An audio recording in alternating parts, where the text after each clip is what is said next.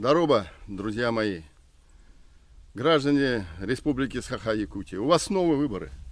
Выборы главы республики, выборы законодательного собрания, органов местного самоуправления, самые массовые выборы.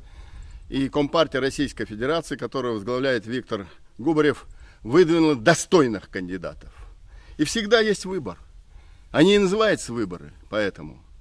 У вас доминирует Единая Россия, которая претендует на первые места и захватить все мандаты в республике.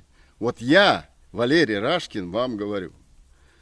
Там, где руки Единой России прикасаются к какому-то делу, это все ведет к разорению, разрухе, разворовыванию, растаскиванию и деградации. За все годы, которые в Государственной Думе Единая Россия доминирует, у ней там большинство. Вот если спросить вас, какие законы приняты для народа, вы не вспомните их просто нет.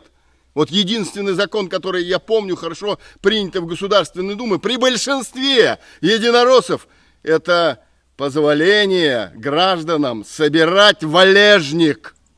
Неужели найдется хоть один гражданин Саха-Якутия, который будет голосовать за эту позорную партию, которую прозвали в народе как партию жуликов и воров? Поддержите нормальную, честную, порядочную избирательную кампанию, которая возглавляет, и выборы, которые возглавляет Виктор Губарев. Он ведет за собой честных людей, людей, болеющих за республику, людей, которые понимают, что сегодня, чем больше добывается алмазов, тем беднее население. Такого быть не должно. Если вам надоели господа, выбирай товарищей, не ошибетесь. Достали господа, выбирай товарищей. Голосуем 10 сентября только за КПРФ.